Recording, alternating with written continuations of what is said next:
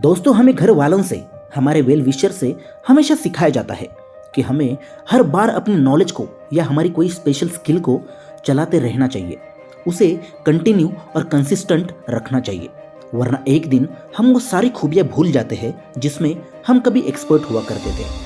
Management studies में भी ऐसे कई सारे एग्जाम्पल्स बताए जाते हैं जिससे हमें एक इंकरेजमेंट मिले अपनी क्वालिटीज़ को कंसिस्टेंट रखने के लिए। इसी से जुड़ी आज की एक कहानी है फैक्ट्री में काम करने वाले रामू काका की। रामू काका एक फैक्ट्री में पेड़ काटने का काम करते थे। फैक्ट्री के मालिक उनके काम से बहुत खुश रहते थे और हर एक नए मजदूर को उनकी तरह कुल्हाड़ी चलाने के लिए प्रोत्साहित किया करते थे। इसी वजह से कई सारे मजदूर उनसे जलते भी थे। एक दिन जब मालिक किसी के सामने रामू काका के काम की तारीफ कर रहे थे, तभी एक हट्टा कट्टा मजदूर उनके सामने आया और बोला कि मालिक, आप हमेशा उन्हीं की तारीफ करते हैं, जबकि मेहनत तो हम सब करते हैं। बल्कि काका तो बीच बीच में आराम भी करने चले जाते हैं, लेकिन हम लोग तो लगातार कड़ी मेहनत करके पेड़ काटते हैं। इस पर मालिक बोले कि भाई, मुझे इससे कोई मतलब नहीं कि कौन कितना आराम करता है या कितना काम करता है। मुझे तो बस इससे मतलब है कि दिन के एंड तक किसने सबसे ज़्यादा पेड़ काटे, और इस मामले में काका सबसे आगे रहते हैं, जबकि उनकी उम्र भी सबसे ज़्यादा है। मजदूर को उनकी ये बात अच्छी नहीं लगी। वो बोला कि अगर ऐसा है तो क्यों ना कल पेड़ काटने की कंपटीशन हो जाए। कल दिन भर में जो सबसे ज़्यादा पेड़ काटेगा वही विनर रहेगा। मालिक तैयार हो गए और अगले दिन कंपटीशन शुरू हो गई। मजदूर बाकी दिनों की तुलना में इस दिन अधिक जोश में थे और जल्दी जल्दी हाथ चला रहे थे, लेकिन रामू काका को तो मानो कोई जल्दी ही ना हो। वो रोज की तरह आज भी पेड़ काटने में जुट गए। सबने देखा कि शुरू के आधा दिन बीतने तक काका ने 4-5 ही पेड़ काटे थे, जबकि और लोग 6-7 पेड़ काट चुके थे। सबको ऐसा लगा कि काका आज हार जाएंगे। वो तो रोज की तरह अपने ब्रेक टाइम पर एक कमरे में चले गए जहां वो रोज आराम किया करते थे। बाकी मजदूर पेड़ काटते रहे।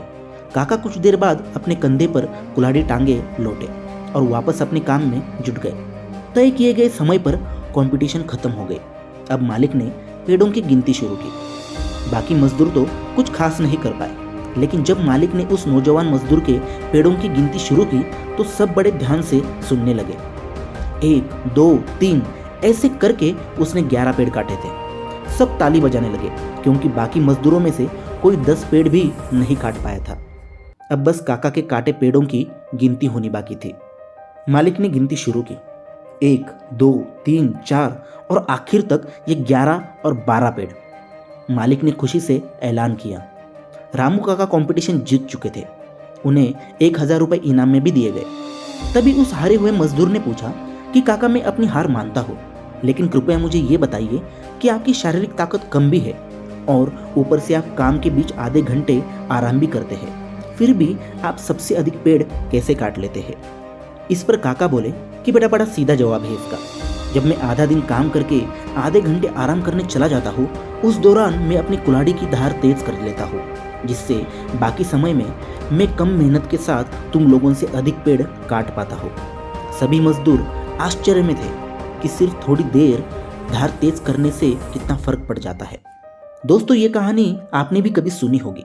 ये हमें यही बताना चाहती है कि आप जिस फील्ड में भी हो, आपकी स्किल्स आपकी कुल्हाड़ी है जिससे आप अपने पेड़ काटते हैं, यानी अपना काम पूरा करते हैं। शुरू में आपकी कुल्हाड़ी जितनी भी तेज हो, समय के साथ उसकी धार कम होती जाती है। फॉर एग्जाम्पल, भले ही आप साइंस के टॉपर रहे हो, लेकिन अगर आप नई इनोवेशंस, नई टेक्नोलॉजीज को नहीं सीखोगे तो कुछ सालों में ही आप आउटडेटेड हो जाओगे और आपका नॉलेज एक लिमिटेड लेवल तक ही रहेगा। इसलिए हर एक इंडिविजुअल को रामू काका की तरह समय समय पर अपनी धार तेज करनी चाहिए।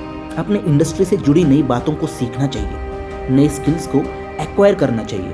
तभी आप दुनिया के सामने खुद की एक अलग पहचान बना पाओगे, अपनी फील्ड के एक्सपर्ट कहलाए जाओगे। तो आपकी प्रायोरिटी लिस्ट में कौन सी ऐसी स्किल है जिसे आप शार्प करना चाहोगे? इस पर ज़रूर सोचिए। फिर मिलेंगे। धन्यवाद।